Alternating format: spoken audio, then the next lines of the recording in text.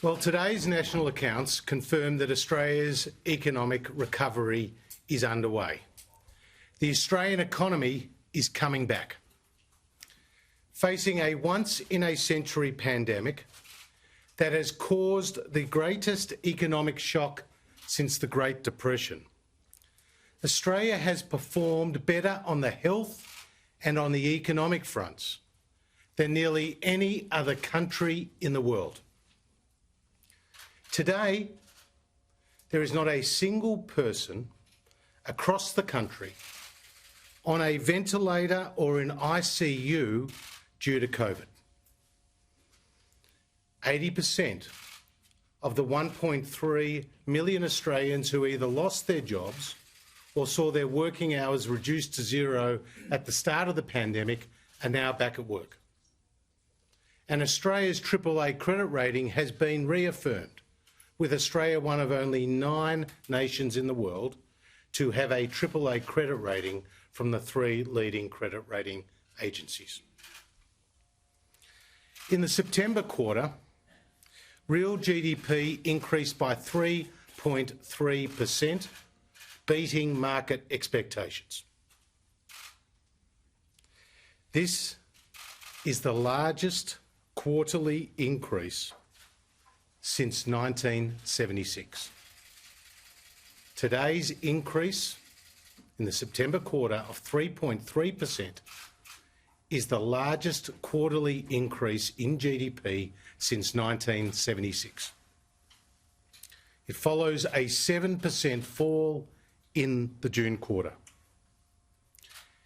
Technically, Australia's recession may be over, but Australia's economic recovery is not. There is a lot of ground to make up, and many Australian households and many Australian businesses are doing it tough, very tough. Victoria, a quarter of the national economy, has only just begun its recovery after the devastating second wave. In these national accounts, every state and territory saw strong growth in the quarter, except for Victoria, where it contracted. If Victoria had grown in line with the rest of the nation, national growth in the September quarter would have been 5%, not 3.3%. From the very beginning of this crisis, the goal of the Morrison government has been to keep Australians in work and to help those Australians out of work get a job. And this is what is happening. Over the last 5 months, 650,000 jobs have been created. The effective unemployment rate has come down from a peak of 14.9% to 7.4%. The participation rate is at 65.8%, approaching its pre-crisis level. And the Reserve Bank has said that the JobKeeper program has saved at least 700,000 jobs. In October, with the recovery gaining momentum, there were 2 million fewer workers and 450,000 fewer businesses on JobKeeper in the month of October compared to September. We're also seeing encouraging signs in other key economic indicators, with consumer confidence up in 12 out of the last 13 weeks, business confidence back to its pre-COVID levels, and the housing market strengthening. The economic recovery is being strongly supported by the federal government's $257 billion of economic support, with $130 billion already flowing into the pockets of households and businesses.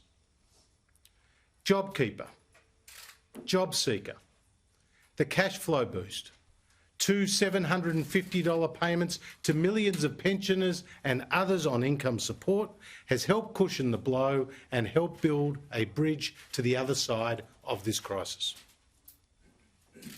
Today's September quarter results were driven by a 7.9% increase in household consumption, the largest increase on record.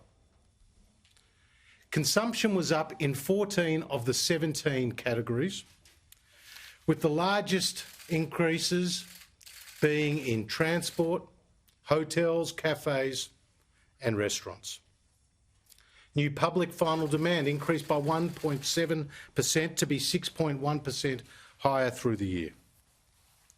Dwelling investment was up by 0.6% following 8 consecutive quarterly falls. It was largely driven by alterations and additions, which rose by 5.1%. The outlook for the housing market is positive, supported by programs like Home Builder and the First Home Loan Deposit Scheme. Business investment fell by 4.1%, with mining investment down by 5.2% and non-mining investment down by 3.7%.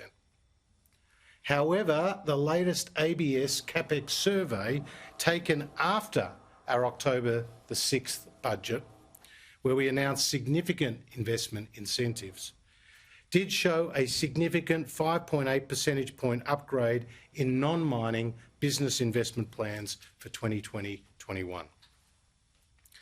Exports decreased by 3.2% in the quarter to be 14.9% lower through the year. Services exports, including tourism and education, continue to be particularly affected as international borders remain closed. Imports rose strongly at 6.5%, consistent with the increase in household consumption. Overall, net exports detracted 1.9 percentage points off GDP growth in the quarter. The terms of trade was up 0.7%, with nominal GDP up 3.7% in the September quarter. Turning to income, compensation of employees, which is the measure of the National Wages Bill, increased by 2.3% in the quarter off the back of strong jobs growth to be 1.5% higher through the year. The rebound in employment, together with social assistance benefits, which are 48.3% higher through the year, have contributed to an increase in household disposable income of 3.4% in the September quarter and an increase of 8.1% through the year. The household savings ratio remains elevated at 18.9% in the September quarter, and that followed a record high of 22.1% in the June quarter. Strong household balance sheets reflected in income growth and the elevated savings ratio will provide ongoing support for the economic recovery into the new year as confidence continues to build. Today's national accounts can give Australians cause for optimism and hope. And as the Governor of the Reserve Bank said this morning, we have now turned the corner and a recovery is underway. That being said, many challenges do remain. The global economic environment remains uncertain as many nations experience an increase in COVID-19 cases and new lockdowns. This has seen the OECD warn overnight that a number of European countries could experience negative growth in the December quarter. But the OECD at the same time have upgraded their outlook for Australia. The road ahead will be long, hard and bumpy. But the Australian economy has demonstrated its remarkable resilience, and Australia is as well positioned as any other nation on earth. Today's national accounts represent a major step forward in Australia's economic recovery.